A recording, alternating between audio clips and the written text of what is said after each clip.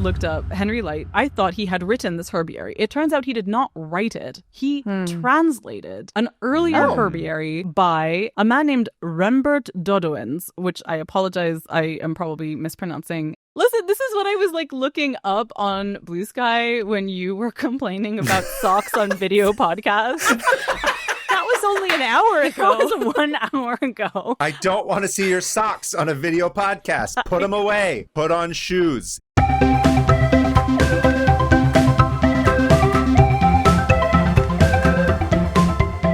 Hey everybody, welcome to 500 Open Tabs. I'm Hannah Hillam.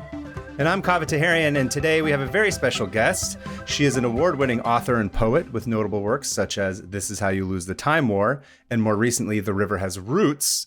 I know her as the staunch defender of Notre Dame de Paris and the queen of curling, because she's got those buff arms.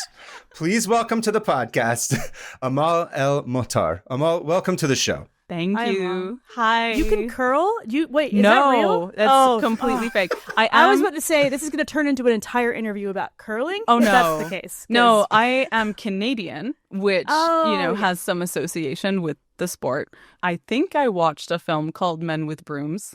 I'm pretty sure I did. Amazing. And Harry Potter. Is that even curling? No, oh my God.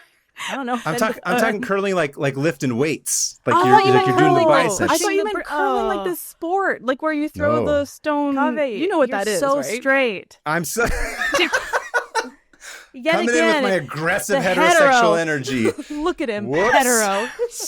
Please don't hold it Like against the me. Lifting. I do lift. I love lifting. You do? Yes, that's awesome. Very, Yeah. very much. I actually opted to cover the tank top I'm wearing with this button. Cover She didn't to want to show off the situation, guns. Yeah, too many guns. protect you.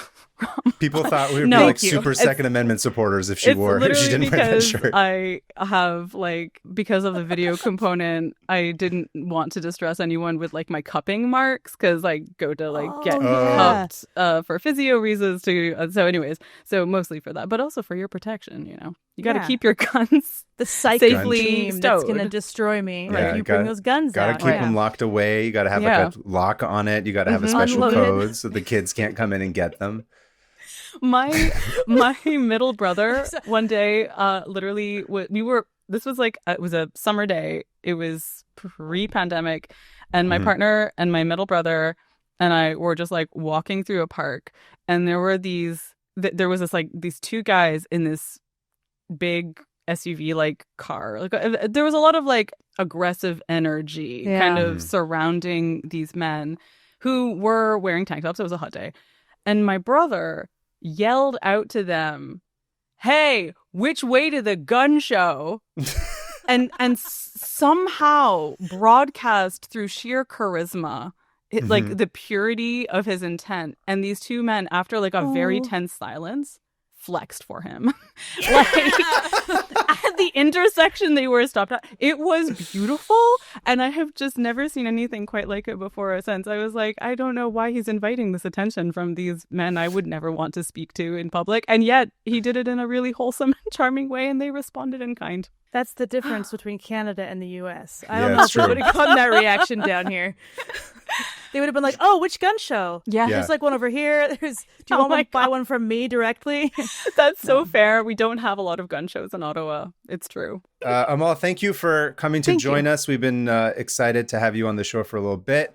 So the first question that we always ask people is, what is your relationship to tabs? Do you have many tabs open? Do you close them very quickly? Somewhere in the middle? What's your tab deal? Let us know. My tab deal. All right. So I remember when you two were starting this podcast. And I don't. I remember the posts on Instagram that were announcing the launch of it, and I remember instantly feeling anxiety and stress, learning that there were people on this earth who open tabs and let them accumulate to the degree where they're just always there and open. And I feel like this lives in the same space in my head as people who don't like who allow notifications in their email inbox to proliferate. So like when you have like no. 1,000 unread emails, and like people sometimes just around me will like flip into their email inbox, and I just catch a glimpse of the number in. Oh no! Ew. Ladies and gentlemen, Hannah's putting her phone up to the screen. Let me see. It's 803 texts, 171 missed calls. What was the rest of it? I don't want to talk about it. Sorry. I just needed to. Here's the thing that I don't. It's not, and I have to stress so much. I have ADHD. I am not like. It's not that I'm I'm a different kind. It's not that I'm good at responding to things at all. I am good at eliminating notifications.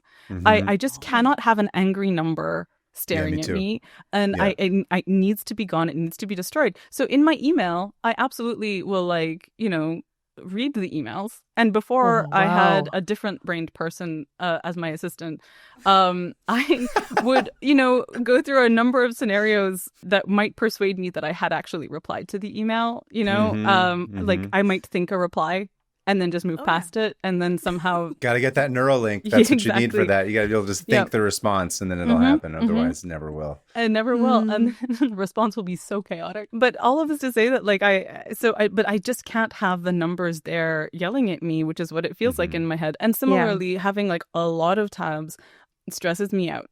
That said, the only time when they do proliferate is when I have like an active project where I do need to like be referencing a bunch of tabs. So for this podcast, for instance, I do have a bunch of tabs open presently. The only exception to this is like on my phone, when I have a bunch of tabs, because they all appear, like they don't appear in a line at the top of a browser. They're all kind of like hidden. It is possible for them to like sneakily stay open there. Yes. But it's just a very different somatic experience. So that is my relationship to tabs.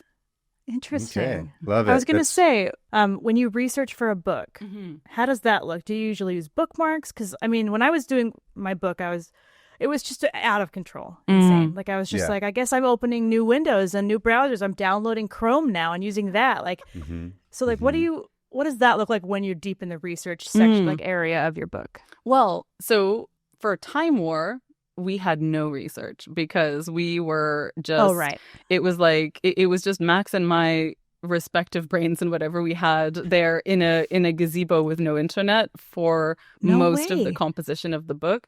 That's awesome. So I did not know the tabs were in our heads. Our Tabs were in our mind tabs. You've gone to the next level of nirvana or whatever it is. Yeah. But when I was writing The River Has Roots, I had to learn a lot about mills, like how mills work. And because I realized I didn't actually know for sure. I don't think I do either. Yeah, they're oh, you guys different don't? kinds. Come on. Yeah, just they're get with it. You do. Yeah. It's the first thing they teach you in third grade. Christ, what kind of school system do they have in Canada? Okay. God, this country's right falling after apart. the Mayflower. Don't even know about cursive. They don't know about milling. Anyway, but yeah, so I wanted to learn about mills. I specifically needed to learn about like 17th century mills in England. That is my jam. So it was cool. So I basically like, and also because the information kept like not sticking in my head. So I kept a lot of tabs open for that, and it really was. Because like what do I use? I use Chrome. So there's a certain amount of like just the history it remembers. So sometimes if like I need to close things for my mental health, but then also reopen them at a later time, I can usually just see at a glance. I'm like mill bloody blue, and then it will like pull it up. But also, I did also have recourse to like a big fat physical book. There were a couple of books for like folk songs that I had. Like one of them is called Lore of the Land, and it's just like a bunch of different folk songs and like where specifically they're located in Britain and stuff like that. Right. And in those cases, I did usually like just put some kind of, I'm not going to say bookmark because that suggests like a beautiful object with intention attached to it. It would be a scrap of paper, a receipt, a ruler, a bobby pin. I'm literally just like naming things that I can see on my desk in front of me. I right tear now. up Post-it notes a lot of the times. That's what I end up putting in there because they're bright and colorful. Oh, that's good. That's actually funny. That also speaks to intention.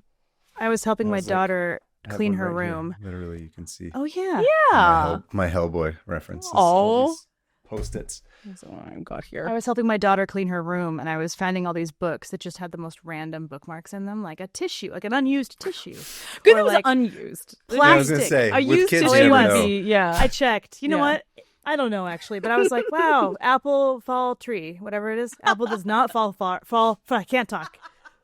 The Apple bookmark fall does tree. not fall That's what it far was. from the tissue box. That I was don't know. Steve Jobs' basic motto when he started the company is apple fall tree. I remember Wow. that. Apple fall tree, Michael. Yeah.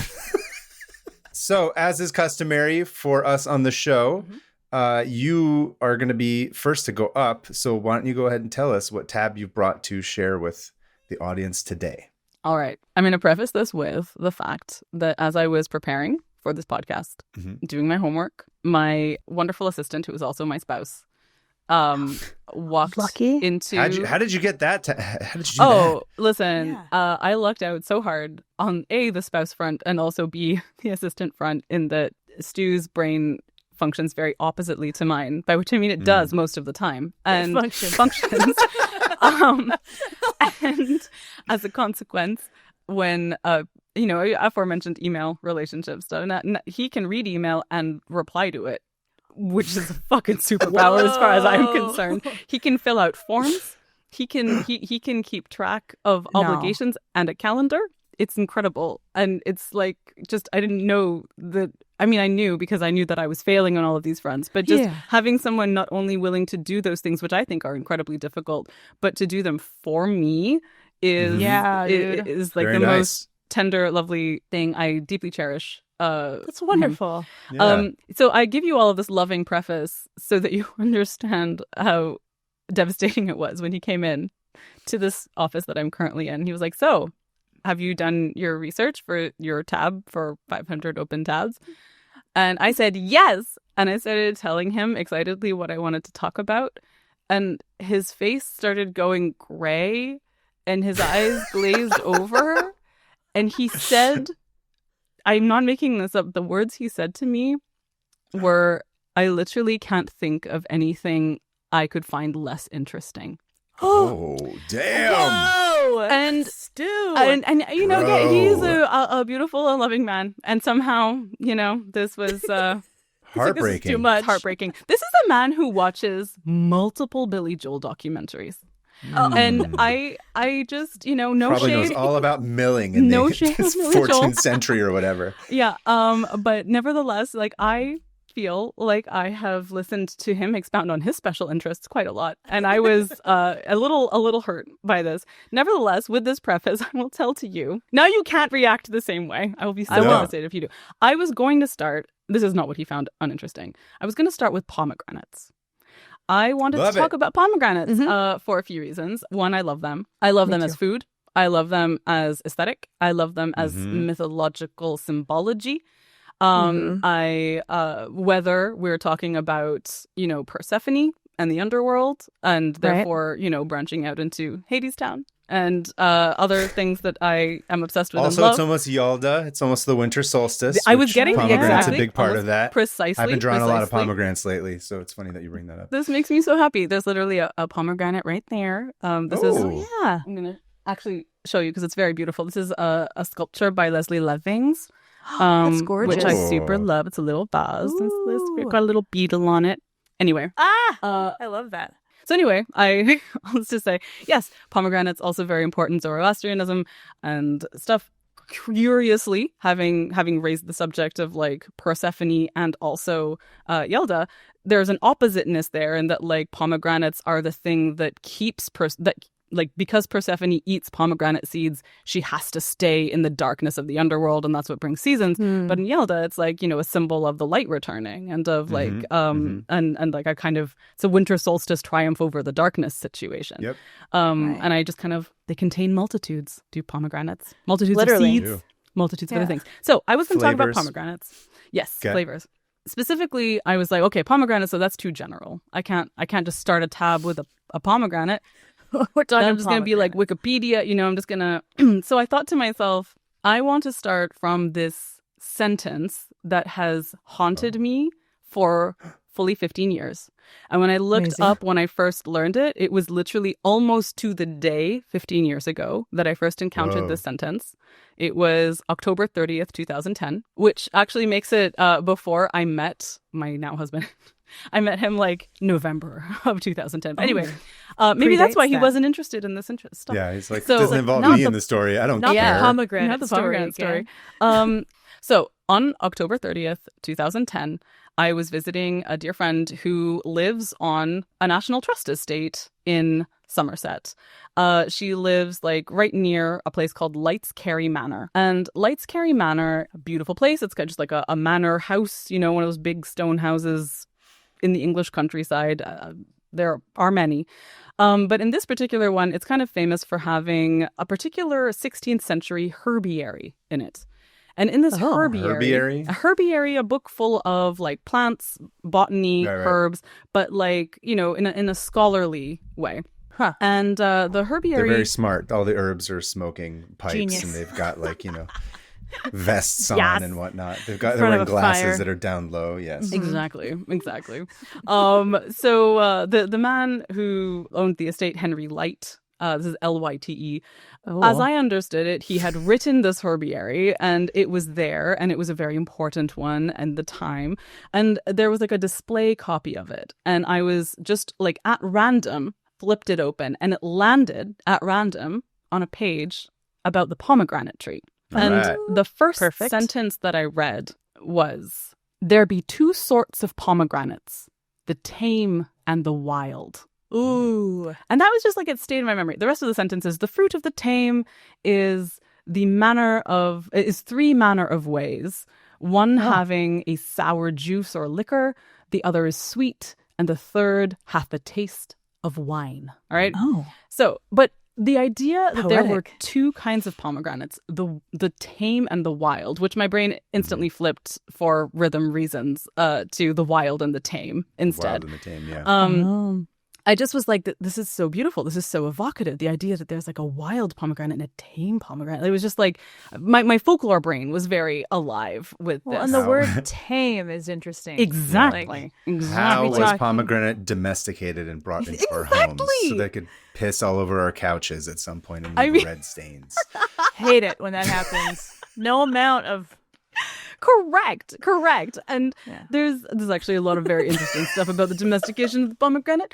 There is this is later in my tabs, but there is actually like a very beautiful phrasing of like how to get it to grow in the English climate that isn't from this herbiary, but that actually uses all this language of hospitality of like, when a stranger has come to you from so far away, do not treat them so ill as to let them stay in the cold wind or whatever. And it's all literally about like just planting the tree against the house so it has like more shelter and stuff like that. But anyway, Plants have more rights than a lot of indeed the Commonwealth. But so all this to say, there was this herbiary, there was this phrase. I was like, I'm gonna start from this phrase. So I need to Google this phrase because like I remember it because it has literally kind of haunted my imagination for 15 years and I've never done anything with it. So why don't I look that up? So I Googled it. And the first thing that comes up on Google is a weird, not that sentence. Instead, it's something like, it pulls up a different 16th century herbiary called Gerard's Herbal, Volume 5. And Gerard's Herbal? Gerard's Herbal. Gerard? John Gerard. Roger. It might have been Gerard Gerard. Herbert. I couldn't actually say. I like Gerard. Yeah, Way Gerard better. Ford. Gerard. Our president, Gerard Gerard Ford. Gerard. But Can't yeah. trust AI to do anything. Thanks a lot, Google Gemini. my You suck God. ass. But it was weird because like I remembered that sentence so clearly, and what the sentence was instead that it pulled up was it said there are two sorts of pomegranates, the garden and the wild, and a third sort which is barren and fruitless.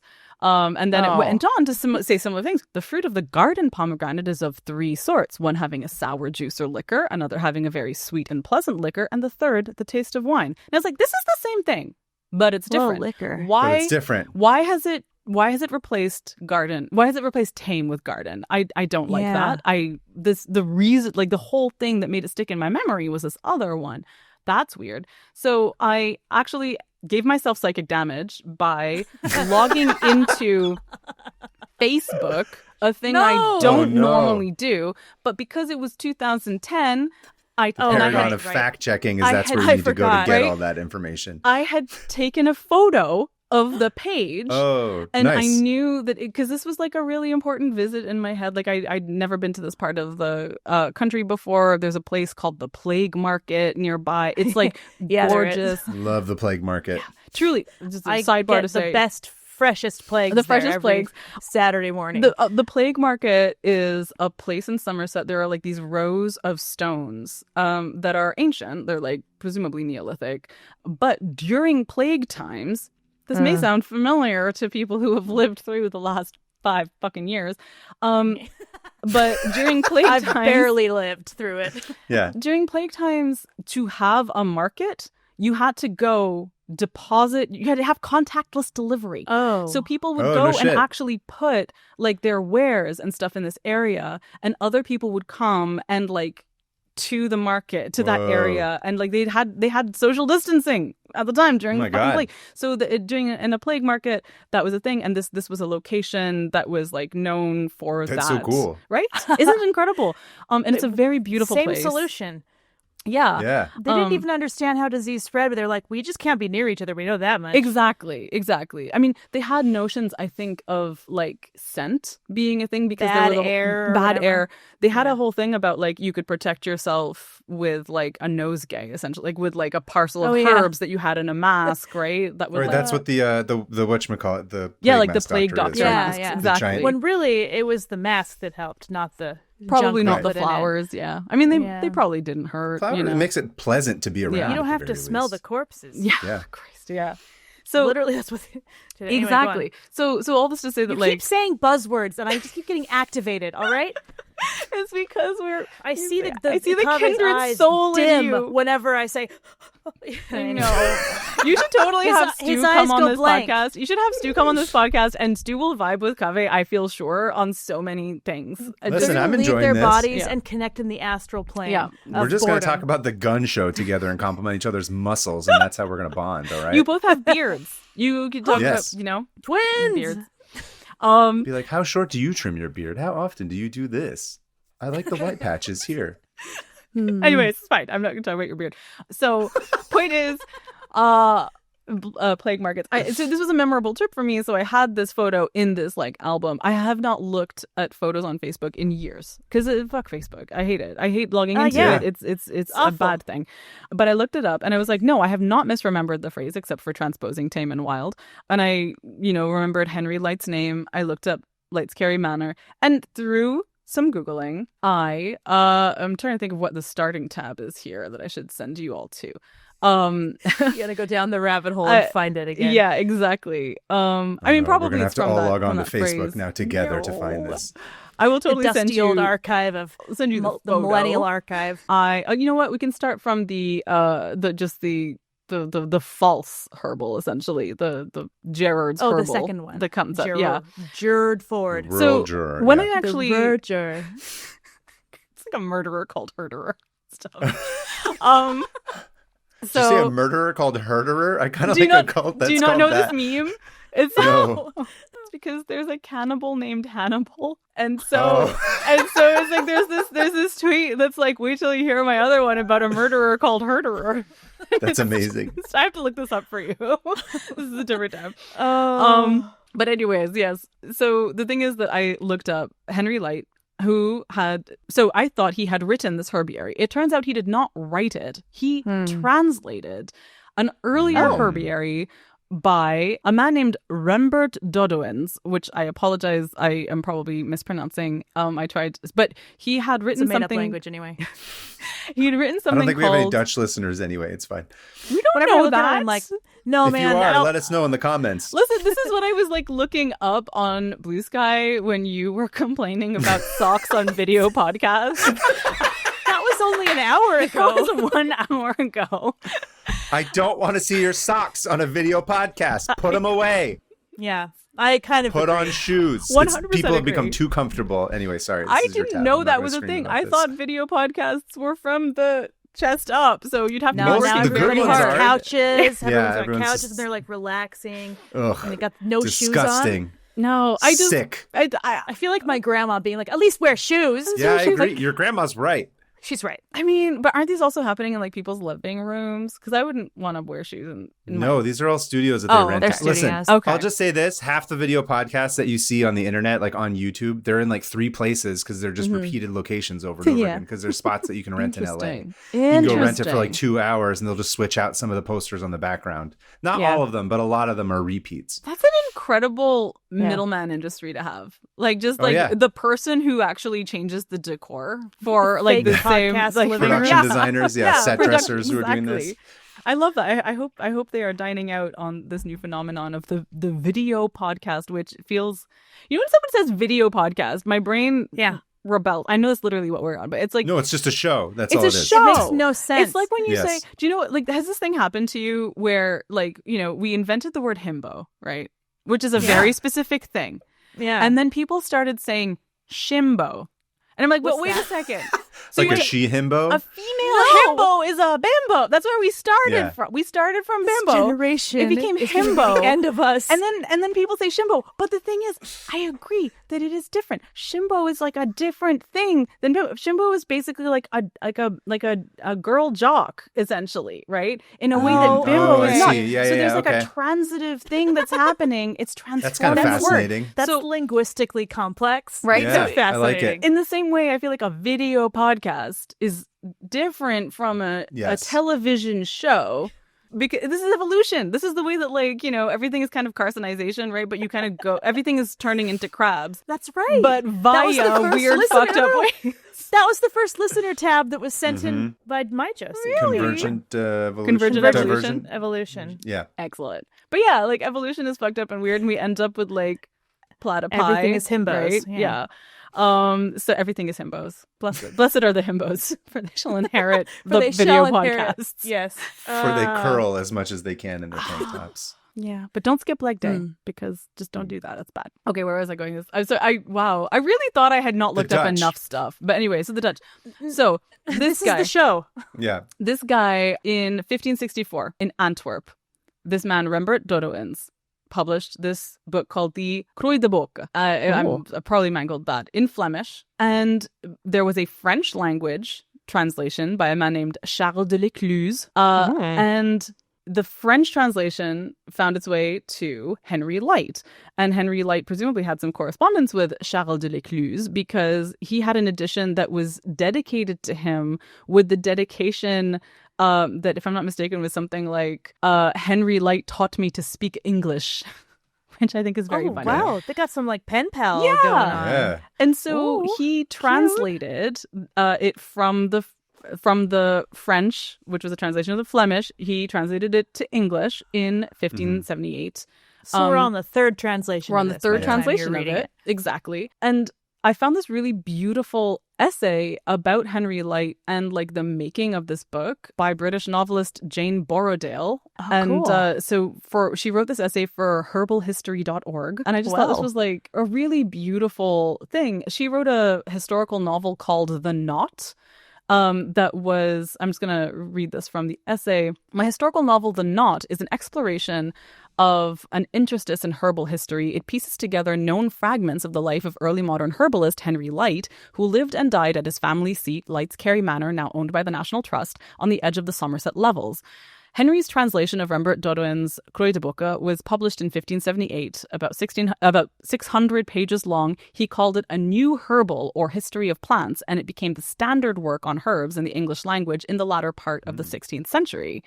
His aim was that the ordinary person, without the advantage of an elite education, could access information about readily available plants for medicinal purposes, hoping that, quote, even the meanest of my countrymen, whose skill is not so profound that they can fetch this knowledge out of strange tongues, not their ability so wealthy as to entertain a learned physician, may yet in time of their necessity have some helps in their own or their neighbors' fields and gardens at home.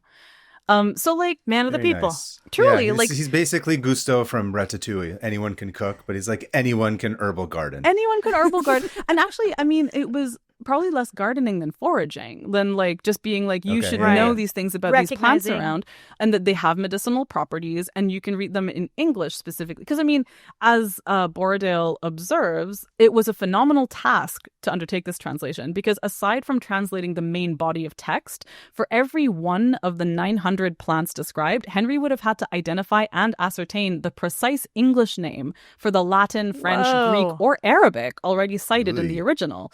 In the 16th century, with a myriad range of local names and varieties to negotiate, this could only have been done by someone with a thorough practical working knowledge of botany and plant identification. Lyte also had the benefit of being situated within a personal network of apothecaries, physicians, seedsmen and plantsmen, simplers. Seedsmen. I know, right? Simplers, I love as well. Himbos, if you will. Himbos. The seedsmen of the modern day.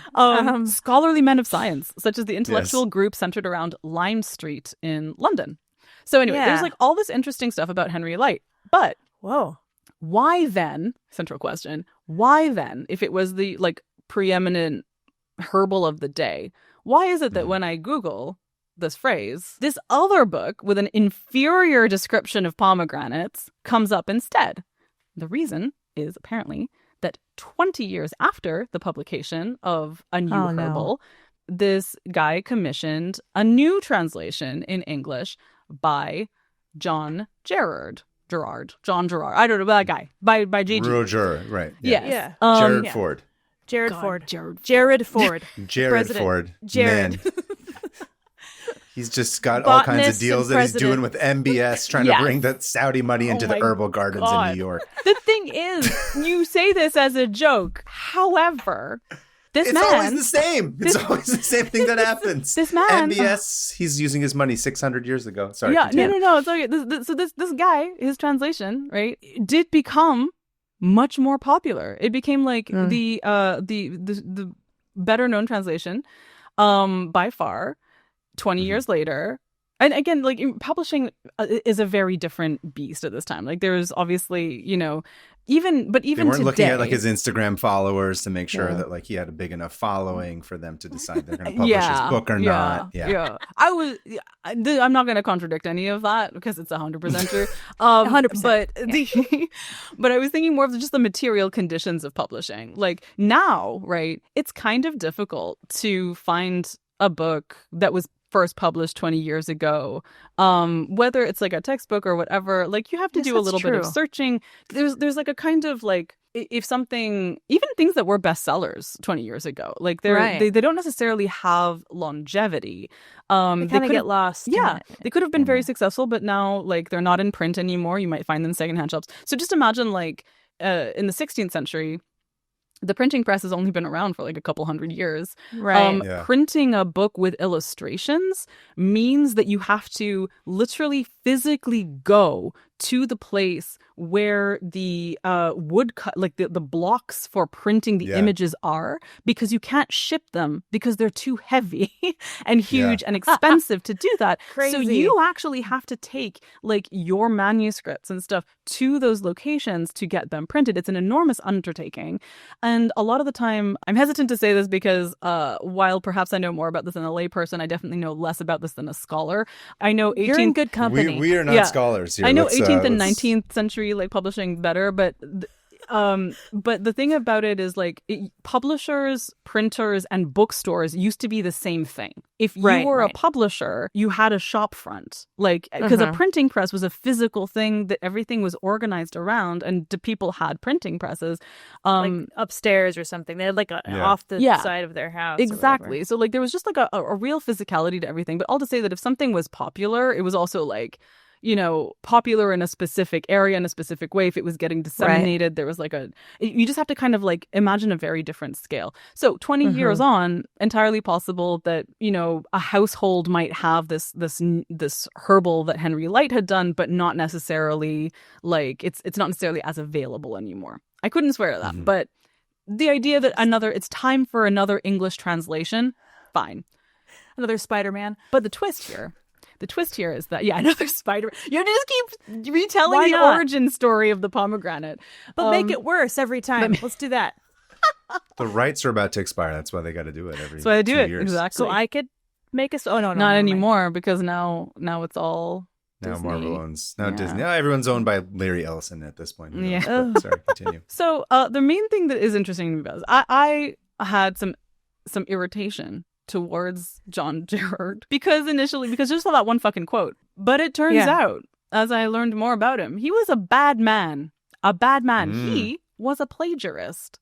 He was not the first choice for this new English translation of this herbal. He was the second choice. The first choice was a man named, incredibly named actually, Dr. Priest. Was his name. That's not real. So that can't be real. It's correct. Dr. Priest? Dr. Robert Priest, which That sounds like a Muppet. Have you Bobby Priest here? But anyway, Shut Dr. Robert Priest had been the first choice for the role of this translator, but he died before completing it. All right. Oh no. And Gerard claimed that he had started his translation from scratch, but apparently he just helped himself to the substantial work that Dr. Priest had done and pretended he hadn't. And I will point you now to the tab. John Gerard has his own Wikipedia page. Everybody listening is like, no more tabs. I can't open there. I'm at the limit. But I'm with this John Gerard. Opening up a tab on So anyway, on Nurse Monk is the next person that was going to take over. Nurse Monk. I need that to be the TV show Monk, except it's in a doctor setting. Nurse Monk. I want to name Nurse a D&D character that, actually. I think that's great. A healer? A literal monk named Nurse Monk. But if you're a monk class, He just drinks beer all the time. There's a subclass where you can literally, there's something called Hand of Harm and Hand of Healing. So you can punch someone to just make like them pomegranates, better. hand of sweetness and hand of sour. Yes. It's the pomegranate monk. Ooh, that's actually cool. That's actually cool and evocative. I'm stealing that. I will credit you, but I am stealing it. I hope that I'm just somebody who gets killed in whatever next book you write, hopefully. Oh, please. That's the only way I'll read a book with your name, with you in it. Kaveh, how many times have you been put into a book, actually? Because you're in Lindsay's books. I mean, your name, Kaveh, is... oh, yes. You did also narrate 2? them. Yeah. I did. I narrated the second. I stuck you in the thank yous, but I didn't name it. You put me in the thank you, yes. That's right. Yeah. Cool. All right. Well, never mind. That's great. Because Lindsay's a real friend, Hannah. That's why she writes me into a book so she can kill me. Otherwise, I'm saving it to this whole time you could have killed me in any one of the books that you write. Listen, I want to be like the Sean Bean of literature, just being put into every book and being killed. That would be a great thing to be known for. Noted. Okay, my next book I write, I will kill you in such a Petition to make me the Sean Bean of lit. I have very little to go further, but all I wanted to say was I wanted to spit on the name of John Gerard, who was the who mangled the beautiful poetry that stayed with me for 15 years. Turned out he's a fucking plagiarist. He stole the work that Dr. Priest had done. And not only did he steal it, he fully claimed that the work was his own. So in his 1597 Herbal, he wrote the only kind of original material was the preface in which he was lying about having done the work. All right. Idiot. He literally claimed, he wrote, and since that Dr. Priest, one of our London college, hath, as I heard, translated the last edition of Dodonaeus, which meant to publish the same, but being prevented by death, his translation likewise perished. Lastly, myself, one of the least among many, have presumed to set forth into the view of the world the first fruits of these mine own labours. Wow, there is nothing more that says I'm lying than all of those words. Right? Also, herbs aren't fruits, all right? You could have done a better pun there of some sort, idiot. So, back then you could do whatever you wanted, though. Yeah. Like, by the way, I wrote all of this, and everyone's like, sure. Yep. Mm-hmm. Yep. There were also things milling and whatever they did back then. Yeah. The other thing about this that's infuriating to me personally, from given our current moment where we are with things like we have these machines. I don't know if you've heard, but there are machines that plagiarize text. Oh, the plagiarism machines. The plagiarism machines. The reason none of my friends have jobs? No, I've never heard of them. Yeah. Well, so you know how they currently are doing things like making completely invented foraging guides that people buy on the internet and then really? Oh my God. Yes, there are What? fake I did not know foraging about this. guides generated by, AI technology, by LLMs, by ChatGPT situations where people are just like, generate a book with, let's say, a guide to, let's say, foraging mushrooms. No. A thing- If you do one wrong thing with mushroom dead. foraging, you're Yeah, dead. yeah. A fun thing about mushrooms is loads of them look the same. And they Yeah. are identical to each other. And some of them you eat and they don't kill you. But most of them you eat and they do kill you. And so if you take a fake fucking guide out into the wilderness and you use it to try and determine this, you will die, right? There's just like fake bad information, a current problem that we have. But it was anticipated also by John Gerard in John 1597, 98. And because in the herbiary, he also made loads of errors. He did not have the same erudition that Henry Lyte had to be able to make like those similar translations. And so he included nonsense in there, like Gerard's AI lack. slop? This is actually so great. His lack of scientific training and knowledge led him to frequent inclusion of material that was incorrect, folkloric, or mythical, such as the barnacle tree that bore geese. See illustration. What the shit? It was like literally an illustration. And it's kind of awesome, though. The It barnacle. is. Hello. The image. Hello. Hello. The Hello. Britannica conchanatifera, the breed of barnacles. Oh, look at that image. It's gigantic. Right? It's like a giant. And you can see little gooses in the background. And the geese There's are coming geese. out. I don't know if you can see, like, if you look closely Yeah. at the bottom Yeah, of yeah. the one. Birthed They're out of being the birthed barnacles. out of the barnacles. This is somehow way weirder than I could even imagine. Right? Like, I thought it would be weird, but Yeah. whoa. And this was like in the same book as here are some pomegranates and how to grow them. Here are some geese and how to grow them from a barnacle tree, right? So just it was full of these kinds of errors and nonsenses and stuff. He was not like he did not have that same network of like the Lime Street botanists and stuff like that to refer to, but he does seem to have like had that kind of influencer capacity of knowing the right kind of like nobles and stuff to recommend him forward and stuff. That's 100% So, what it is. yeah. And there's lots of other like weird little nonsense in there, but I mostly wanted to take you from pomegranates to plagiarism. This has been this stuff that I find very interesting that my spouse and perhaps others find deadly dull. But nevertheless, I think it's No, cool. it's great. And We got you gave us Dr. Priest first Dr. of all. Priest. We're to hold Listen. on to that forever. I found out that our brains are identical. Yay! In the Yeah. way that they find information and seek it out. And I see. At first, I thought you were going to talk about how pomegranate and the word grenade are the same this root. is true. They do. Well, Yeah. the actual grenades are named for pomegranates. Yeah, They are because literally they're full of shrapnel, exactly full of seeds. and so- Exactly. Yeah. Also, the word Same word. garnet, the word garnet Oh. comes from granite. Duh. And I learned there's this term, this is another open tab I have, there's a thing called metathesis, which just means to put in a different order. So there are words where we like will transpose sounds to make a different word. So the word anemone becomes like anemone, which is onset consonants of wait, no, that's what's happening there. I actually don't know what anemone is, but cavalry and calvary. Oh, like, yeah. Parabola in Latin becomes the palabra in Spanish. Miraculum in Latin is Spanish milagro. Like, anyways, Miracle. garnet and granite are an example of Oh, that. interesting. So the word garnet comes from that, and which makes so much sense because pomegranates look like they're full of beautiful jewels, which is part of the thing that's They so are. delightful about them. Gerald and what was it? John Gerard. Yeah, how Gerard to be and Gerald. and Gerald. Screw John Gerard. We're setting the Gerard. record straight. He's a fraud. A fraud. I'm a light. He can light never be a man Dr. myself. Priest. He could Exactly. never be a Dr. Justice Priest. for Henry Lyte and also To for drop out. Rembert Dodoin and stuff who deserved better to have translations. I loved that whole journey that we just went on. Amal, thank you. It was beautiful. It was poetic, which yes, what I would have expected from you. Honestly. Thank you so much. I felt like I was at a really fun lecture in a university. Yes. And I mean, I can't leave it behind. Way. No, for sure. I did teach for so long, and it's impossible. I was looking at this going I don't know how to make this not be an essay, so I'm just gonna try and do it. That's what we like. Yay. Yeah. Everyone brings their different things. Thank you so much.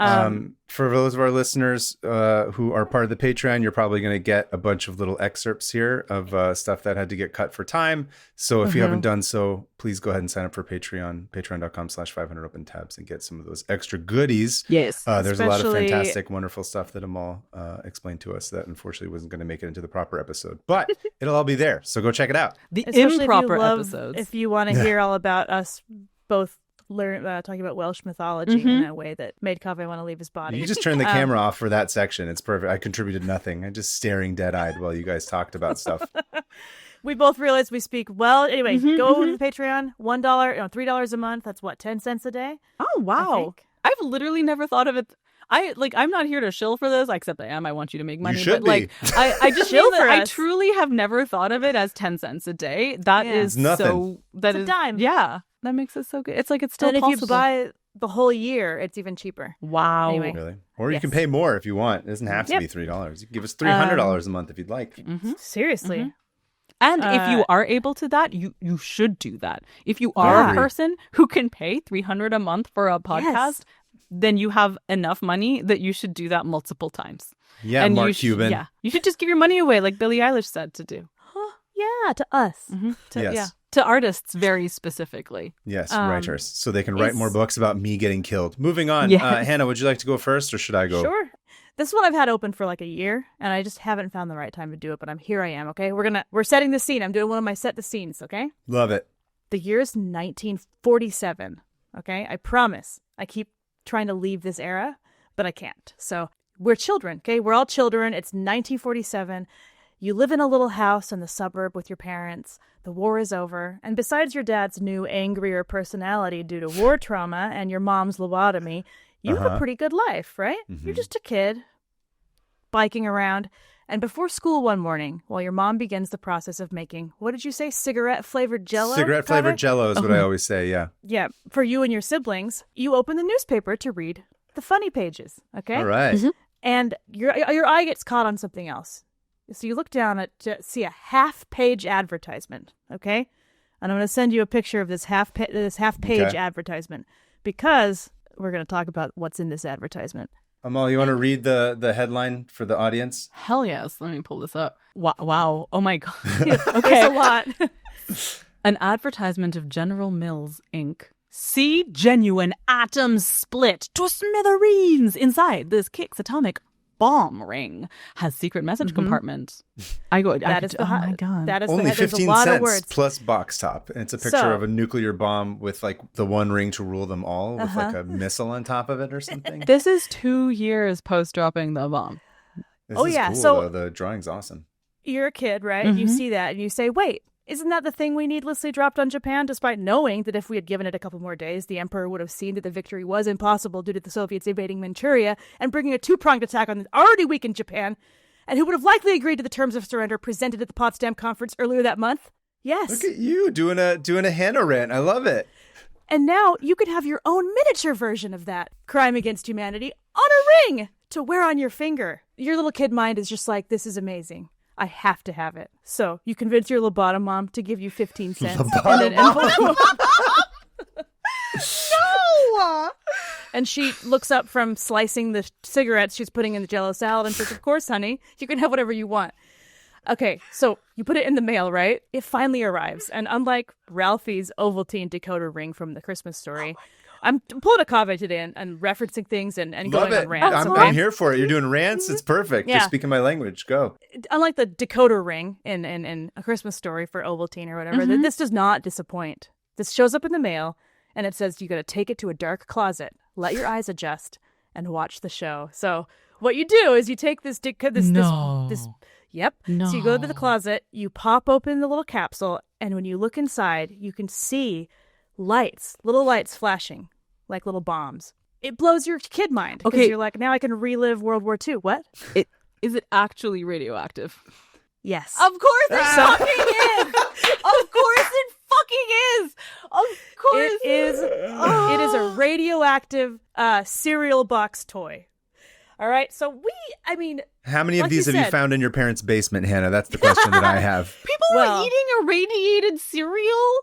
So I thought that at first. The cereal, you said it's like you send away for it, right? You send away for away a for box. Right. Okay. All these social media collect posts your are like, UPC codes, are like, it's just in a cereal box. And it's like, no. You send away for it. So you send away. If they used to have to do that, by the way. They don't. The kids these days don't understand. You used to have to collect like all the UPC codes from like all the different things, and then collect 30 of them, send it away, and pay for shipping. Yeah. Yes. Just to get some dumb. And it would come like 6 weeks later. Radioactive ring. Yeah, it would take forever. I need my nuclear bomb now. I don't have time to wait for 2 months. Unlike Eisenhower, I'm not going to make this hasty decision overnight. Okay, so was it him? Can I just say, right? Who dropped the bomb? Last 5 minutes. Oh, sorry. No, it was Truman. Truman, sorry. They're the same person in my mind. Truman. You have taught me so much about that I did not know. I did not know that the Emperor was on the cusp of... I didn't know that. I did not know. Unconditional surrender was a total bullshit, PR move. Oh, no, we wanted to... Here's what it was. They wanted to drop the bomb, It was a pissing contest to show the Soviets what we had. Because the Soviets had just joined the war against Japan. And Japan was like, we're toast. We got to give in. Bam. Bombed. Oh, Not my once, fucking God. Yeah, because we had to show the Soviets we don't only have one of these, but we have two of these, which means we have more of them. Mm-hmm. Yeah. That is so much more evil. Yeah. Like it was already so evil. Yeah. But the fact that it is just even more, I didn't know it could become more evil. I briefly, in a slightly less evil digression, are you familiar with the works of Kate Bush? Yeah. I just think of the lyric. I like mythology in Britain. Hill, of course. No, but there's like the line in Cloud Busting. And it goes like, you're like my yo-yo that glowed in the dark. What made it special made it dangerous. So I bury it and forget and stuff. But anyway, that just came to mind. Radioactive child's toy. Yeah. So you send off all the box tops and you're in your closet. You're looking at this, and as a kid, it's just kind of like, man, oh, cool, new technology, space age stuff. Yeah. But how did that actually work? Surely they wouldn't put us kids in harm. They wouldn't. They wouldn't harm us. Of course not. Thanks, government. The kids in Nevada, downwind from the test sites, were like, "Oh, we've got plenty of this already. Don't worry." Sorry. No, it's okay. It's okay. Please go. It's dark. No, it glows. It glows in the dark. So it can't ever be that dark, surely. One time I was like, "How does glow in the dark work?" And then I had to close the tab immediately. I'm like, I don't want to know any of this. I don't understand this. I don't care. So it was absolutely radioactive, being made using polonium-210, a highly deadly poison. Jesus Christ. If ingested. And it is still used to this day in assassinations. Oh. Do you remember that Russian dude who got assassinated by the blocking cane that stabbed into his leg or whatever? Did they just stab him and make him swallow one of these rings specifically? Open up. I think that's it's vintage. I haven't heard of this because every time I hear of a Russian being assassinated, it's usually that they've been pushed out of a window, they've fallen out of a window, or they've fallen out of a plane in the sky. Yep. They're always doing that. Yeah, they're just always be a little bit more safe. Come on, you guys. Yeah. Stop being so clumsy. Yeah, exactly. So mysterious. Stabbing with a cane. I think so. Was it like a sword cane, or was it like a sharpened tip of cane? It was actually a candy cane filled with some of the stuff that they stabbed him with. No, I think I'm maybe mixing up two assassinations, to be honest with you. So I think in 2006... How dare you ruin this scholarly podcast, Anna? Oh, by the way, if you want to argue with other people about Hiroshima and Nagasaki, go to the YouTube comments right down below and get us some views, okay?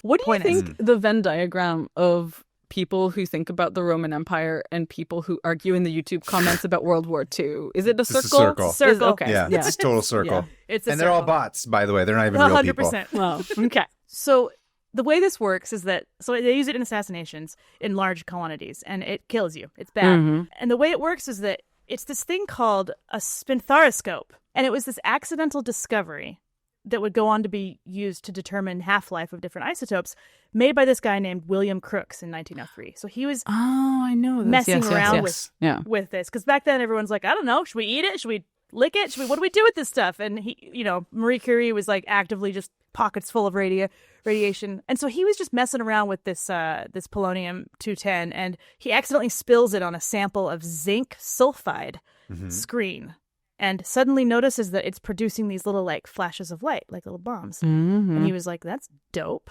And so they start using it, and they quickly realized this is pretty safe to like let kids play with. As long as it's in like a science kit, or like, because the thing with polonium-210 is that it is deadly, but it is also very easily blocked. So even a piece of paper put in front of it will block the radiation from getting to you. So all these posts, this is kind of a debunking, because all these posts on the internet are like, can you believe what they used to do? Poisoning kids. And unfortunately for the fun of the podcast, it did not actually poison anybody. That's good. I'm glad. I'm glad to have this information. It's less fun to talk about on the internet. I mean, but listen, it did not poison kids. My partner is fond of like telling me about what Britain was like in the 1980s. He was born in 1980, but nevertheless, he wants to like, he has two older brothers and therefore kind of has that pocket of knowledge. And he's like, he would remember like getting a science kit as a gift and stuff, and whatever was in it fully like melted the countertops that they were like. Shit. And it was just like, wow, I got a science kit in the 1990s and it didn't do any of that. It was like, here you could put colors in water and you could Make see a like bouncy ball. siphons and how siphons work. There was like a magnet inside a plastic frog, and you could make the plastic frog. You learned about like poles of magnets and how they work. Do you learn those things? They just gave them nuclear like polonium. Yeah. This isn't shitification. So, this is like just truly. Well, seriously, can't we? Come on, bring it back. Bring it back. Well, the I want to acids eat that a melt ring out of a Kix bowl of Kix. Okay. Yes. I want to eat radiation out of a bowl of Kix. They Like the still old make days. Kix? It's still around, right? Oh yeah, I eat Kix, dude. It's delicious. Oh my So, God. kid approved, mother approved, or whatever they say. Wait, so Kid tested, mother approved. That's what it was. Yeah. Kix is this. This still exists. I don't know this cereal. This is not. I don't think we have it in Canada. Do they have cereal in Canada? What's it like? I don't actually know. Occasionally, we not do have sugary. cereal. The conditions have to be right. It's a very wintry country, and so for 3 months of the year, we are able to harvest the fruit of the cereal tree. I assume it's just maple syrup with like a bunch of milk put into it every morning. There are two kinds of cereal: the wild and the tame. I brought it back. That was good. Love it. Anyway, sorry. So this spinthariscope was like a technology that they were like, hey, we can actually make this tiny and make this little zinc plate and put it inside this little capsule that we could attach to this ring, that it could become this little viewing capsule that you could look at in the dark and get a feeling of like the magic of nuclear science. Mass death. Yeah. Of mass death. And it wasn't dangerous, mostly, as long as you didn't eat the ring. You could safely play with it. Don't tell me what to do. This is America. I know. Look, it is within my right to eat the ring, okay?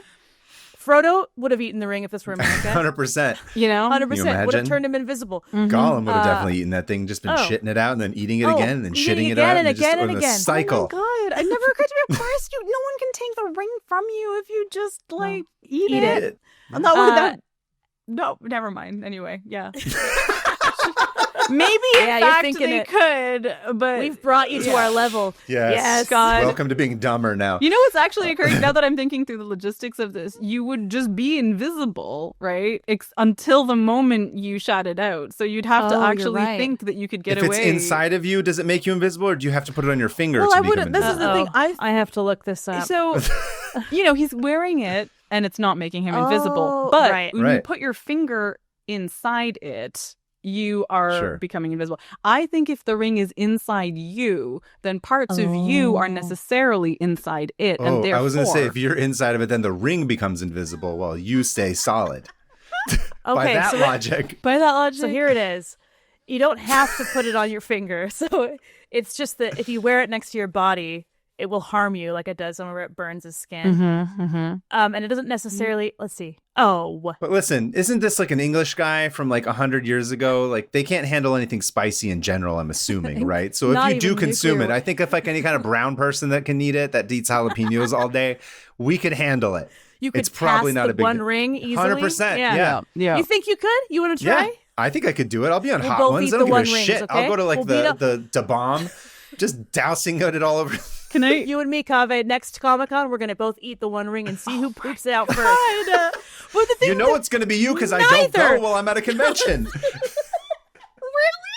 Oh, no, is this a dude, Kaveh this guy fact is, that is like widely Yes. known? Oh, yeah, it's the whole thing. Yeah, all right. Yeah, it's like disabled. He it's like there's a switch that turns off when he gets on an airplane. It's like, nope. No more. Okay.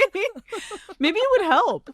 Maybe it would. That's true. You know? Maybe It's like an one emetic? laxative to rule them all. the one enema to rule them all. Oh my God. Well, on that note, I'm going to finish my tab. So it's got to be used in like toy science kits, and these were going all over.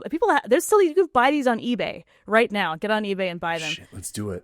Oh my God. But here's the thing: the half-life of polonium-210 is only 4 months. So You can't even get killed by this thing anymore? you can't even get killed by it anymore. But if you piss off woke. Russia, they'll do it for you.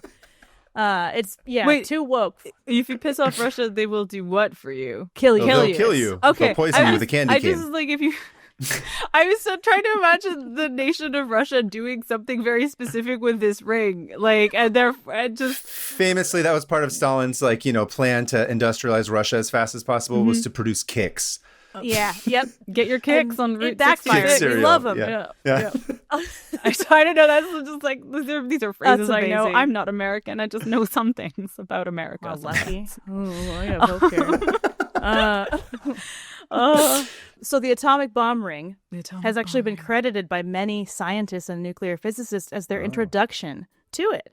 And it being like the very first chance they were able to be like, oh, this can actually be on a smaller level, and then I can actually interact with it. And it kind of weirdly enhanced the field because all these kids were suddenly very interested. Huh. And that's my story about the Kix atom bomb ring. Love it. I don't want to take time away from Kaveh. I just the thing about like a scientist, like scientists crediting their interest in science to something cool that they encountered at a moment has reminded me of something topical that I would love to tell you about. Nice. But I can wait until afterwards, or I could say now if you wanted. Go for it. But Yeah, go ahead. All right. Well, so you know that Tom Stoppard died a couple of days yesterday. Actually, who? I don't know who Tom Stoppard is. Tom Stoppard is a playwright. He wrote Arcadia, which I deeply love. He wrote the Real Inspector Hound. He wrote many plays. Rosencrantz and Guildenstern are dead. Of course. Yes, Oh, sorry, that okay, one. yeah. Yes, exactly. Sorry, Okay. I was like, there's one that everybody knows. What is it? And then my brain was going through layers of opacity. No worries. He died yesterday, Aw, rest in peace. but there's a play called Arcadia that I have not seen staged, but that I've listened to a very beautiful BBC radio play of that Stu and I listened to while he was driving me to Loch Lomond in the rain. It was a beautiful thing. Anyways, Beautiful. but I saw this piece of text that was in response to his obituary. I'm just going to read it. It's very short. It's by someone named Michael Baum, Professor Emeritus of Surgery and visiting Professor of Medical Humanities at UCL. And it's called Saved by Stoppard. Sir, in 1993, my wife and I went to see the first production of Arcadia by Tom Stoppard, obituary December 1st, and in the interval, I experienced a Damascene conversion. As a clinical scientist, I was trying to understand the enigma of the behavior of breast cancer, the assumption being that it grew in a linear trajectory, spitting off metastases on its way. In the first act of Arcadia, Thomasina asks her tutor Septimus, if there is an equation for a curve like a bell, there must be an equation for one like a bluebell, and if a bluebell, why not a rose? With that, Stoppard explains chaos theory, which better explains the behavior of breast cancer. At the point of diagnosis, the cancer must have already scattered cancer cells into the circulation that nest latent in distant organs. The consequence of that hypothesis was the birth of adjuvant systemic chemotherapy, and rapidly we saw a striking fall of the curve that illustrated patients' survival. What? Stoppard never learned how many lives he saved by writing Arcadia. Damn. And it just like fucking kills me. That is so Seeing some cool. insane connections to Yeah. some other stuff. Whoa. Yeah. It's just like That's why art from humans is important, Yes. everybody. It's Yes. specifically like the cross pollination. Like I saw Robin Sloan, who's a wonderful writer, has a gorgeous newsletter, like repost this saying this is like why like the cross pollination of ideas is so important. And I'm going to bring it back to this podcast because you guys talk about so many things from so many different places, and like there is a lot of cross pollination that happens. But like the idea that a doctor goes to see a play and emerges with a new understanding of how to look at breast cancer, a thing which does not come up in the play, to be very clear, right? but an image of it. And the play is A specifically... visualization. Yeah, the play is specifically about this meeting of math and poetry, actually. Like, is a very beautiful thing about that. So anyway, I just wanted to bring that up. and say, That's beautiful. It's beautiful, yeah. It's funny, I have the opposite experience where it's like I'll watch a lot of whatever nature shows or like we do deep dives into like random animal stuff. And then I'm like, that's like a funny story. That's something from this. And I can write about this thing. And then that's where I pull a lot of my, as Hannah knows, a lot of my stories from. Absolutely. And the thing, that's necessary as well for like these things to happen, because whatever like germinates in your mind becomes art that someone else is going to encounter and carry on. And it's beautiful. Things aren't made in a vacuum. They're all intertwined. They're also not made by Anyway. plagiarism machines. They're It's true. not. Anyway, Thank you for that eloquent story. Unfortunately, I'm going to have to tell my tab now after that. what do you have? Yeah, what what's did your you tab? bring? Rough act to follow. Okay, so many of us are familiar with the story of John Wick. Hannah, I don't know Oh, if yeah, you're familiar I've with the seen story it. of John Wick. You have seen John Wick. Yeah. Okay. I have not Amal, you've seen John Wick. I am familiar. The story as I know it is that someone killed his dog and therefore had to die. Exactly. He, Right? went, he went nuts. Yeah. That's sort of that's basically what I was going to say next. I It's didn't like, want to that's watch it. And they're like, no, but he kills everybody who killed his dog. Yeah. I'm like, oh, Basically. okay. Yes. I'm there. Yeah. Yeah. Highly relatable. And he snaps, he stops at nothing, killing everyone who stands in his way until he feels justice has been served. And it's a touching tale about the bond between a man and his dog, Yes. and to a lesser extent his 1969 Ford Mustang, but that's for another podcast. But what if the reverse had happened? How far would a dog go if his innocent owner had been murdered? Would the dog too stop at nothing until justice had been served? For one man and his canine companion in the 14th century France, the answer was a resounding, "You bet your ass." Oh, yes. Okay. I'm so excited. I'm just going to say this up front, that this You tab... just said a bunch of words we both loved. I just love that we both had. I was feeling very vulnerable about having a 16th century thing. So the fact that you brought a 14th century thing is very good to me personally. You guys, I pivoted from a 15th century thing earlier we today. could have had a straight. We could have like did it. It's good. Like we have the cross-pollination, like you said. Exactly. There's different eras and different Tell me- tabs. But so tell I'm me just about going to this say hound. up front, this tab is mostly for entertainment purposes. The story's a mess, and there's like 5 different sources that all have names and small details that are vastly different. But the core of the story is more or less the same. So whatever. There's going to be tiny things that you read differently from different places. But so I'm just going to try and do an aggregate as best as I can. Absolutely. This is my version of trying to get the correct story of folklore and try and like put it into the definitive edition. But Sir no, this is Kaveh my Taharian. interpretation of it. Very good. Yeah. Yes. This is the oral tradition that I'm going to continue on this podcast, not Excellent. showing you my socks Excellent. about this story. So Show them. Sock reveal. You just like hold Never. up your socks Show in front them of the mitts. camera. absolutely never. So should have socks as Aubrey Aubrey de Montdidier was a French noble, and his Ooh. BFF I know allegedly was a. Do you know about Yes. this story, or do you know this? Okay, his BFF was a dog named Dragon, supposedly, according to one of Amazing. the sources. Again, can't confirm this because there's 5 different sources for this, but I'm just going to go with it. Dragon may have been a greyhound, or he may have been like a mastiff of some kind, which in terms of dogs is like saying he could have been like Adrian Brody, or he could have been The Rock. It's like a Yeah. vast difference. Could have But- been literally anything. I don't know. Choose your own adventure. Whatever you want to put in your head in terms of what kind of dog this is, go for it. But regardless of what breed Dragon was, these two did everything together that a Frenchman and his dog would. They loved reading Asterix comics. They loved smoking cigarettes. They went on strike all the time. Yes. They were like completely inseparable, doing all the best French things. And one day, Aubrey was supposed to hang out with one of his friends, which is a knight named Ardelier. And Aubrey and Artie were both, I don't know, AMC A-list members, and were supposed to go see the Untouchables re-release, but Aubrey never showed up. And Artie was like, what the hell? Aubrey straight up ghosted me? Like, he didn't even text? That's really weird. I don't like that. But deep down, he was really relieved because he was feeling lazy and he didn't feel like leaving his house. So I know how that feels. yeah, exactly. You're like, oh, thank God. I don't have to do anything. Yeah, even that I though like. and you get the upper hand of saying that you're not the one who canceled on. It's amazing. A couple days go by and he still hasn't heard from Aubrey. And he's like, No. shit, is he mad at me? Did I like forget his birthday or something? And the next thing you know, he hears a bunch of scratching at his door. And Artie goes to check it. And sure enough, it's Dragon. But he's alone and he's looking kind of stringy and distraught and a little bit emaciated. And Artie lets him in the house and he offers him, I don't know, like a glass of Bordeaux or something to help calm the shakes because he is a French dog after all. And the shakes, are you saying he's like in withdrawal from... He's just... like the dog needs wine now? I'm assuming so. He hasn't had a cigarette this whole time. And, he offers him, I don't know, like a croque monsieur. And suddenly he's starting to get his energy back and he's starting to feel normal. And Dragon starts jumping up and down by the door, clearly trying to get Artie to follow him somewhere. Mm-hmm. So Artie puts on his coat and Dragon leads him on a mission. Mm-hmm. They head out. Eventually, night, and I just picture him just putting on his armor. Mm-hmm. Okay, time to put on my armor and walk very outside. Awkward. He's like, it's going to take me greens. 20 minutes to be like, Clink, clink.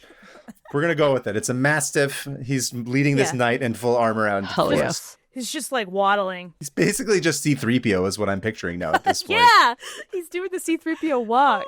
The dog's like R2-D2. It's just like, Yeah. oh. Because basically all the bots in Star Wars are basically small dogs, right? Like They're dogs, yeah. So yeah. And so eventually Dragon leads Artie to the Bondi Forest, which allegedly at that time was filled with like thieves and ruffians and all kinds of questionable people. Are you familiar with the Bondi Forest, Amal? It seems like I something am you might know. actually not. I have realized that what you are describing is not what I was thinking of. It is a different dog-related French legend, which I will not You're interrupt have to tell with. us once I get through the tab. Exactly. I want to know what this is.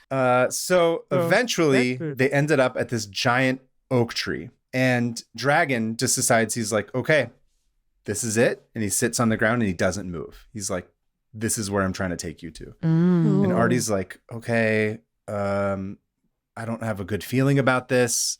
I think we should go get help. But Dragon's like, no, he's not moving. He's there. He's sitting there. He's not going to move. There's nothing that he can do to pull him away, depending on what size of dog he is. If he's a Mastiff or he's a Greyhound, it's going to be impossible. So Artie is like, all right, fine.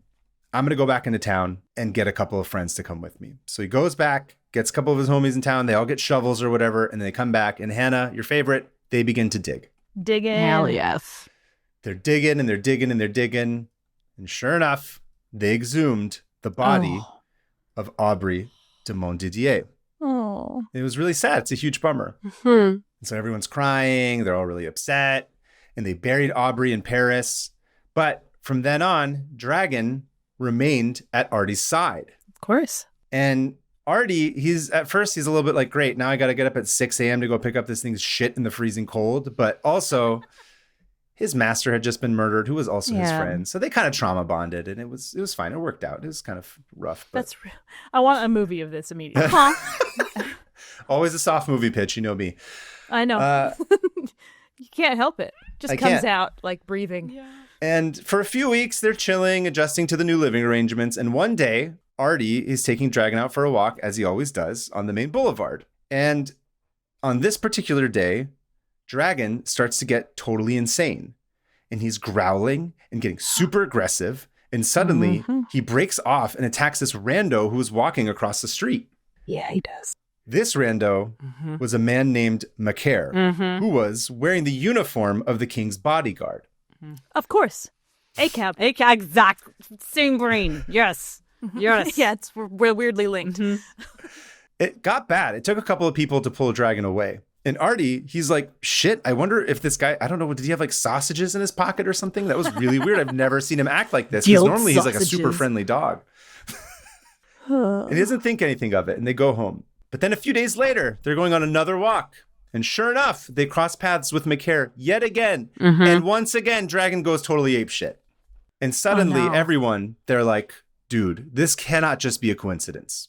And don't forget, these are all knights and nobles and like royal bodyguards and shit. So Everyone's talking. They know. This isn't just like a random person on the street. These are people in positions of power that everybody would know dog about. Right. hates that guy. Yeah. The dog hates that guy. His master was killed. What's going on? Pretty soon, this catches the ear of King Charles. And King Charles, or Charles, as we would say, I guess, if he's the French one. But King Charles is like, all right, I got to do some damage control because we can't have all these people talking about like hot gossip about my security detail. It's not good for business. Bring everybody in. So Artie and Dragon and Macaire, they're all brought before the king. And he looks at them and he's like, explain yourself. Before he could even finish, Dragon already is trying to tear Macaire's ass in half. Just cannot stop. Hell yes. What's the place in John Wick where they go? It's like this underground. Oh, I don't even remember. Oh, the whole movie is just like some weird like underground that, place. with like neon lights and a lot of blood. And, you know, the royal vizier like goes over and he whispers in the king's ear and he's like, oh, he tells him about how Dragon took Artie to find the body and he's been like jockeying for a fight over and over again. And the king's like, damn, bro, this dog is ride or die, like respect. But Macaire, of course, he's like, he denies the whole thing. He's like, I've never even seen that dog before in my entire life. I don't know why he has it out for me. This is all because of woke, obviously. Can't even be a straight man like working as a cop anymore without people attacking you. Can't even eat radioactive rings anymore. Absolutely. And the king, he's thinking and he's sort of pacing back and forth in front of his throne and he's sort of scratching his head. And then suddenly he comes up with the perfect solution. Want to guess what it is? No. No, I don't know. 3 words. Actually, I will hazard a guess. Did he bring the corpse out to see if it would bleed in the presence of its murderer? A thing corpses That's actually a do. very interesting. I like that. They would do that, wouldn't they? Yeah. But maybe sadly, no. That is a very cool option, though. I like that one a lot. No. Trial by combat. Oh. A trial by combat between whom and whomst. Yeah. Macaire would get a chance to kill Dragon. But if Dragon won, that would prove that Macaire was guilty. Solid logic. Flawless. Perfect. Yeah. Fair. And they wasted no time. That afternoon, the fight was on. And the king, his courtiers were all there to act as witnesses. Macaire was armed with a stick, and Dragon was given an empty barrel to hide in if he needed. You know, However, that's actually, I had a question about the choice of arms because I don't think it would have been fair if the guard had like a sword, both of them, right? that would have been a little more fair. But like the idea of like, well, what are we using? The dog has natural teeth, claws, fair, teeth, you know. But if you have a sword, that's not okay. But exactly, stick, the king thought this through. And barrel actually are incredible, right? Like this is good game design, is what this is. That's why he was the royalty. That's why he was king. He was God gave him the big brain so that he could come up with this. I really not because he was born to an inbred other king. I really think that the qualifications required to be a monarch should be expertise in game design. I think 100%. that would be how we fix the game industry, actually. But anyway, all right. I think you're right. So, like I said, Dragon's given an empty barrel to hide in if he needs. But Dragon, he wouldn't need shit because he had been preparing for this moment for his entire life. And pretty much as soon as like the bell went off or whatever it was to like get the fight started, Dragon comes out like he's Tyson fighting Holyfield. And he just lunges at Macaire and just like bites the shit out of him. Yeah. Oh my God. Yes. The dog is so intense that Macaire essentially calls Uncle immediately and he confesses to the murder. No way. Oh, of course. For a second when you said calls uncle, I thought he was like calling his actual uncle. His like, own uncle. To He's like, come "Uncle, and get help out of him out." here. Yeah, like calling a friend on how to be a millionaire. Like, what if instead of phone a friend, it's just phone your uncle? Phone your uncle. Doesn't pick up. Oh. No, it doesn't. He doesn't. Yeah. Oh, sorry. I was at the bar playing with my band.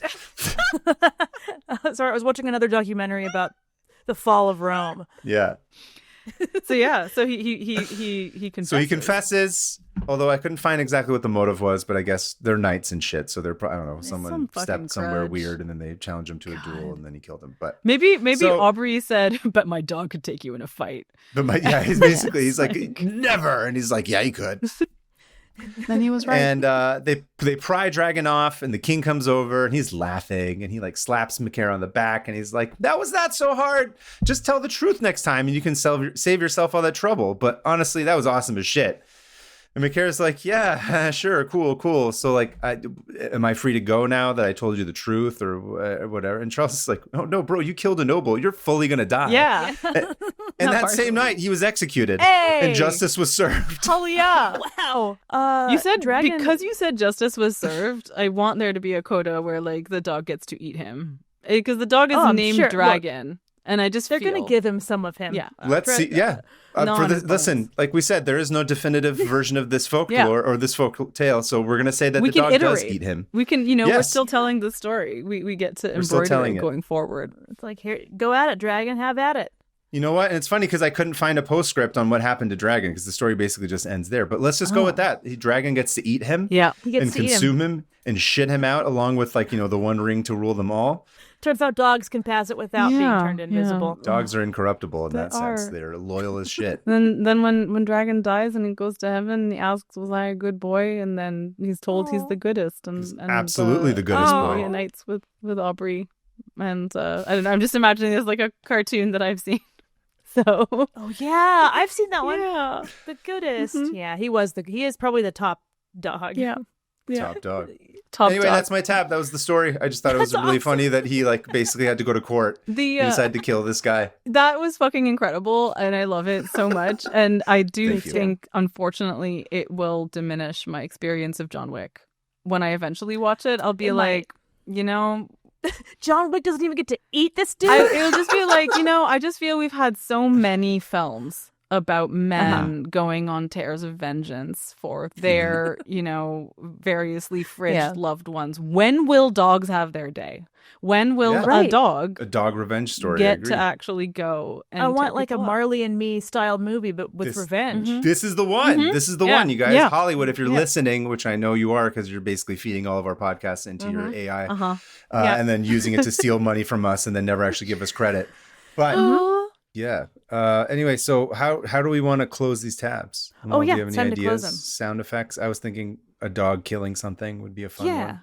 Ripping something apart. A murderer's throat in half. Yes. Oh, yeah. We could just do like a and a bunch of blood splattering everywhere as the murderer of his owner dies. All right. I always associated closing tabs with tidiness, but if you're going to actually associate it with viscera, we like to kill gore, the tabs in some way. Kill the tab. Kill the tab. Yeah. I guess we don't have to be violent, but we always have been. But we should be. I was going to say atomic bomb could be another one. But right. That's another one. Ooh, that's tough.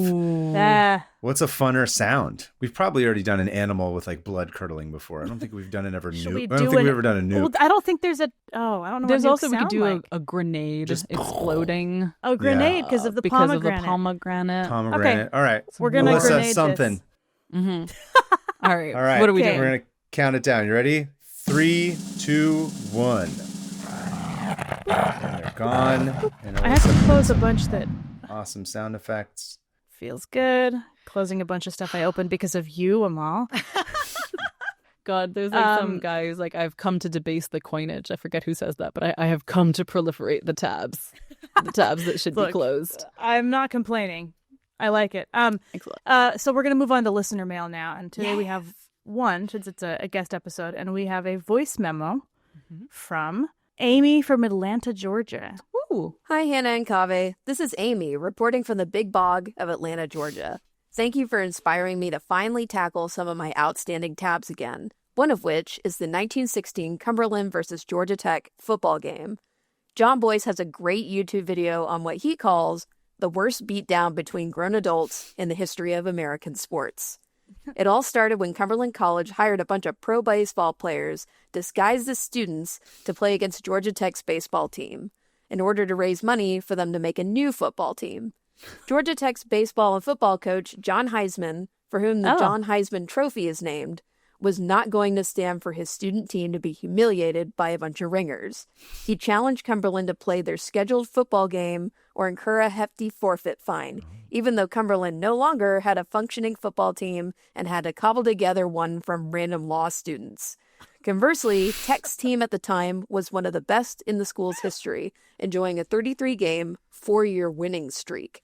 Whoa. Events of this game include Cumberland's quarterback getting knocked out, dragged off the field, then put back in the game 3 times, a kicker catching his own kick to score a touchdown, a player tripping over another player who is trying to find his glasses in the grass, players dropping to the ground to play dead, players running away and hiding to avoid playing the rest of the game, a dog from the stands chasing another player around the field, and players forming a human ramp for another player to launch himself into a play that destroyed his face.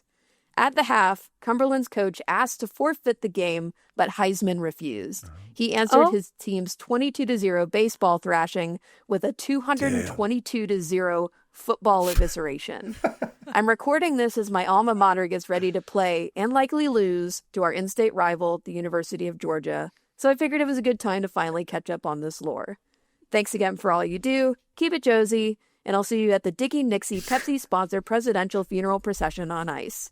P.S. I also recommend looking into John Boy's video about the history of slipping on banana peels on the YouTube channel Secret Base. I forgot about the on ice joke that we made at one point. I did too. What was it about? On ice? I don't know. Who knows? Wow. We're victims of our own chaos. Idiot.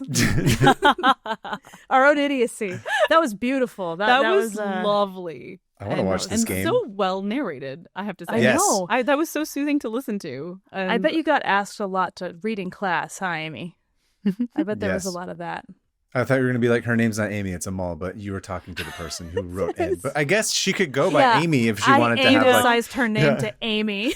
I deeply wanted to be called on to read things more than I was. I loved reading things out loud. Me too. But I was also like, aware that I couldn't keep asking to do that because it seemed obnoxious, but I love doing it. I always liked it too. If you too have an email you'd like to read to us, preferably on a voice memo, go ahead and send it to 500opentabs@gmail.com. That's 500. And I guess that about brings us to the end. Amal, thank you so much for coming and sharing your tab with us, taking the time to do the research. What would you like to tell our audience about what you're doing, where they can find you, anything coming up, anything that they should purchase or follow you, anything like that? Oh, thank you. I have a book that came out this year called The River Has Roots, and it is, in fact, a retelling of a ballad. So we talked a little bit about ballads and folklore and stuff. Also, I did a lot of mill research for it that is just infinitesimally tiny portion of the actual book. Book's also very short, I will say the audiobook of it, though, if you are interested in, if you like audio things, I don't know, which off chance that someone listening to this might. The audiobook is narrated by Jem Carmela, who is magnificent and who I feel like I made up inside my head. Awesome. But also the book's about sisters and about sisters who sing together, and my sister and I sing together and play music together, and we did that for the audiobook. So I play the harp, she plays the flute. And we do both sing together. Yeah, there's also like a kind of secret history of Palestinian folk song that is actually there's an important song in the book, and it is for me a actual Palestinian folk song, even though it's a fantasy novel. It's set in England in the 17th-ish century. That is fantasy.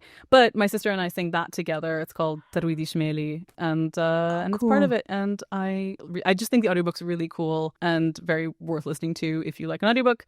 The physical book has illustrations in it by Kathleen Neely, who is magnificent, incredible printmaker, and just like lino cut working artist. Look at that. Yeah, right? I know. It's just that's beautiful. So I can actually, I can have the book right here because I want to show literally you guys. But look at this. It's so gorgeous. Pretty. That's gorgeous. And anyway, there's loads of lovely stuff in there. But next year, I have my short story collection coming out that's called Seasons of Glass and Iron, named after one of the stories in the collection. And it comes out in March 24th, I think, at which point I'm going to be on the Joko cruise. So I will be unavailable to the public for when my book actually drops. But then I will have some tour stops that I'm going to do on the West Coast. And nice. So I'm going to be in Portland and in Salt Lake City and Spokane, I think, after that. So, anyway, mostly those things. Where can they find you? Oh, you can find me on the internet. I have a newsletter that you can sign up for at amalelmohtar.com, and I am on Blue Sky and Instagram for my sins. And on Blue Sky, my name's amalelmohtar.com, and it's Amal El-Mohtar on Instagram.